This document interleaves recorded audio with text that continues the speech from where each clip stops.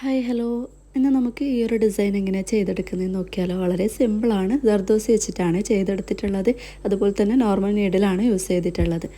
ആദ്യം തന്നെ ഇതുപോലെ ഒരു റൗണ്ട് വരച്ചു കൊടുക്കുക. ആ ഒരു റൗണ്ടിന് ചുറ്റുമായിട്ട് നമുക്ക് ജർദോസി ഇതുപോലെ ഓരോ പീസസ് ആയിട്ട് സ്റ്റിച്ച് ചെയ്ത് കൊടുക്കണം. ജർദോസി ഒരേ അളവിൽ കട്ട് ചെയ്തെടുക്കാൻ വേണ്ടിയിട്ട് പ്രത്യേകം ശ്രദ്ധിക്കുക കേട്ടോ. ചെറുതും വലുതുമായി പോവാതെ ഒരേ അളവിൽ വേണം ജർദോസി കട്ട് ചെയ്തെടുക്കാൻ വേണ്ടിയിട്ട്. ശേഷം നമുക്ക് ആ ഒരു റൗണ്ടിന് ചുറ്റുമായിട്ട് ഇതുപോലെ ഷേപ്പ് വരുന്ന രീതിക്ക് സ്റ്റിച്ച് ചെയ്ത് കൊടുക്കണം.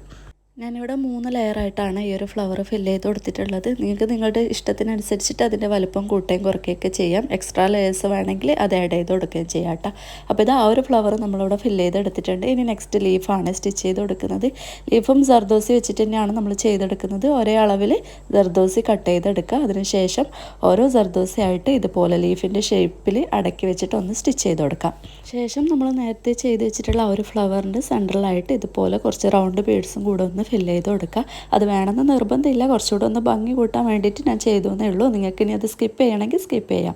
അപ്പോൾ ഇത്രയേ ഉള്ളൂ. വളരെ സിമ്പിളാണ് ചെയ്തെടുക്കാൻ വേണ്ടിയിട്ട്. എല്ലാവരും ഒന്ന് ട്രൈ ചെയ്ത് നോക്കാം. നമുക്ക് കുട്ടികളുടെ ഫ്രോക്കിലും കുർത്തിയുടെ യോക്ക് പോർഷനിലും ഒക്കെ ചെയ്യാൻ പറ്റുന്ന സിമ്പിൾ ഡിസൈനാണ്. അപ്പോൾ വീഡിയോ ഇഷ്ടമായാൽ ലൈക്ക് ചെയ്യാൻ മറക്കണ്ട. ബൈ.